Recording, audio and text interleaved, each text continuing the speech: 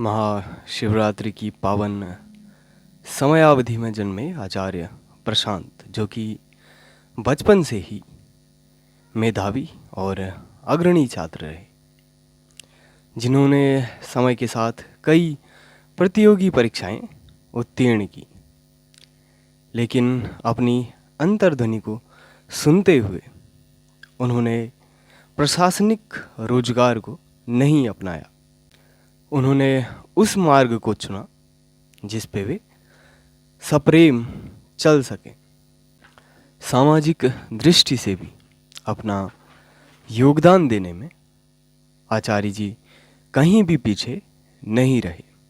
उन्होंने ढोंग, पाखंड और अंधविश्वास के खिलाफ जमकर संघर्ष किया, और उन्होंने इतना संघर्ष किया है कि वे सफलता की परिभाषा को भी संघर्ष से ही जोड़कर बताते हुए दिखाई पड़ते हैं। और जीव जंतुओं के लिए भी जो भरसक प्रयास उन्होंने किया है, उसके लिए उन्हें आधुनिक पशुपति जैसी उपाधि से अवश्य सम्मानित किया जाना चाहिए। उनकी छवि से भी उनका कष्ट झलकता है, और एक प्रेमी और परिपक्व व्यक्ति की तरह उनके व्यवहार में थोड़ी कठोरता भी अवश्य दिखाई पड़ती है। विपरीत दृष्टिकोण वाले कुछ लोगों का कहना है कि आचार्य जी वेदांत का सहारा लेकर अपनी बातों को कहते हैं, और उनका दर्शन भी है वो एक प्रकार से मिला जुला दर्शन है, लेकिन व्यक्ति कभी भी किसी भी प्रकार का दर्शन लेके पैदा नहीं होता है। हो सकता है कि आचार्य जी और उनसे संबंधित व्यक्ति सही व्यक्तियों तक पहुंचना चाहते हों, लेकिन ये कहना भी गलत नहीं कि प्रसार पे उनका बहुत अधिक बल है। और चंगेज खान या उन जैसे कुछ क्रूर शासक जो चाहते थे कि शारीरिक रूप से उनके वंशज रहें, इसी प्रकार से कुछ लोग, खासकर ओशो, जिनके मानसिक रूप से कई वंशज दिखाई पड़ते हैं।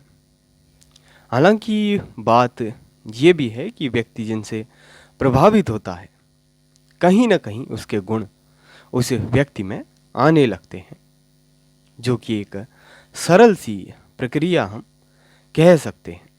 और व्यक्तिगत रूप से कहूँ तो जब पहली बार मैंने आचार्य जी को सुना था, तो वे कह रहे थे कि सर में अगर दर्द हो रहा है, कष्ट हो रहा है तो होने दो, उससे मुझे क्या, कुछ इस प्रकार से सोचने को वो कह रहे थे। हालांकि चीज़ों के गहरे अर्थ भी होते हैं, लेकिन व्यक्ति को स्वयं पता होता है कि वो किन गहरे अर्थों में चीज़ों को कह रहा है। और धीरे धीरे मैंने उनके कुछ अन्य प्रवचन सुने, जिनमें वे बता रहे थे कि भारत को अंग्रेज़ों ने कितने बुरी तरीके से कष्ट फैलाए, उनमें हीन भावनाएं डाली, और किस प्रकार से भारतीयों ने कुछ ऐसी चीज़ों का अनुकरण करना भी शुरू कर दिया जिनका अनुकरण उनको नहीं करना चाहिए था। कहीं ना कहीं अंग्रेज़ों ने अपनी मानसिकता भी भारतीयों पर थोप दी।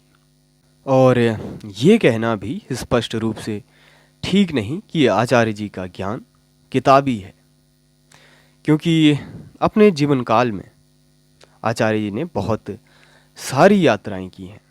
और एक बार जब मैं बहुत अधिक अस्वस्थ था, मेरे जीवन पे संकट था, मेरे जीवन की आशा निराशा में बदल चुकी थी, मेरे जीवन का दिया मानो एक प्रकार से संध्या बेला की तूफानों में घिर चुका था, तो उस वक्त भी मैं उनसे जुड़ा था, और मैं उनके लिए कुछ सुनता भी था।